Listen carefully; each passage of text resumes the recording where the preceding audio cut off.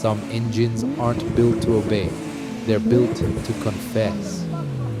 I'm Aldrich, and I still remember the grainy footage, the way the rain slid down the windshield, like time refusing to stop. He wasn't racing anyone. He wasn't trying to escape. He was proving something to the silence. At 3 a.m., in the middle of a foreign highway, a man from Japan lit up the British night with smoke and fire. He brought a car across the sea just to make it scream at 317 kilometers per hour. And for a moment, the law, the logic, even the rain, they all took a step back. Kazuhiko, Smokey Nagata, wasn't just testing a machine. He was testing the idea that rules were stronger than dreams. He got arrested, of course, but that wasn't the point. Because sometimes you have to break the speed limit just to prove your life has no ceiling. And you? Would you risk everything just to see how far a dream can go before the blue lights catch up? It was cold, wet, and almost 4 a.m. on a stretch of the A1M, England's concrete artery. A gold Toyota Supra stood still, engine breathing, like it knew it was about to sink. Then, throttle. Then, thunder. A blur of smoke, rain, and defiance, slicing through the speed limit like it was a rumor. This wasn't just horsepower.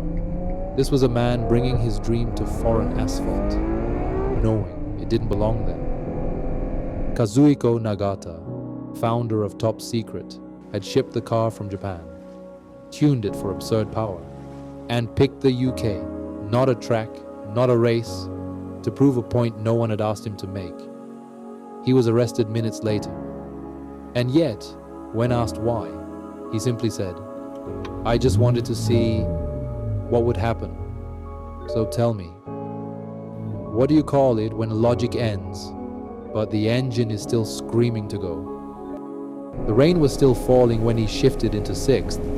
The road ahead was black, wet, and empty, but behind him, a nation's law was already chasing. Kazuhiko Nagata wasn't just driving. He was executing a plan born in silence.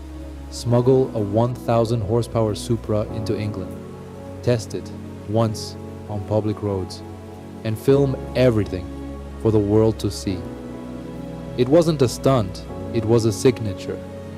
He'd built a life tuning cars no one else could control, but that night, he was tuning the idea of what speed is allowed to mean. Top Secret wasn't a name. It was a myth in progress, and breaking the law was part of its DNA. They clocked him at over 317 kilometers per hour. He spent the night in a British jail. No team, no crowd, just metal, risk, and belief.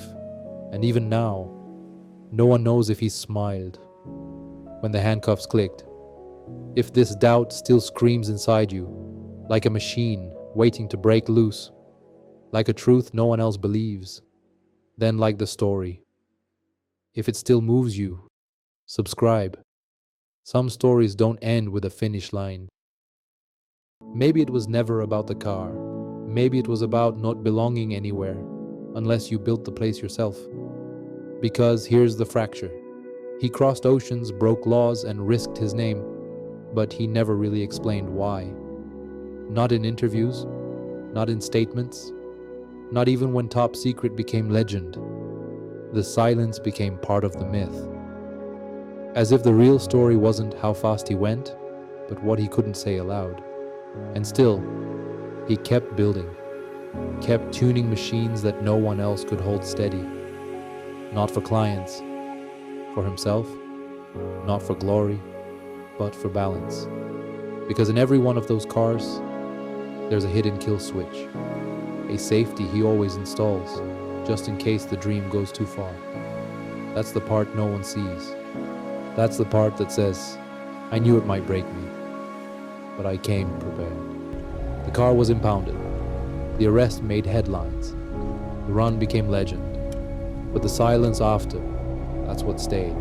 Because deep down, we still don't know if Smokey did it to be seen or to disappear behind something faster than guilt. The Supra's engine cooled on foreign soil. But the road, it never answered back. That night didn't give him fame. It gave him exile, a kind of ghost status, respected but never quite welcomed. And maybe that's the point. Not every driver wants to arrive. Some just want to vanish at full throttle. He never repeated the run.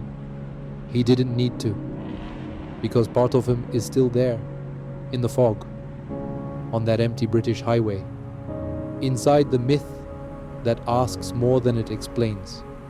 And if something still hums in your chest, like a downshift you never made, comment. Not every engine goes quiet when it stops. Like it if the sound didn't leave you. Follow if you're still chasing what he never said.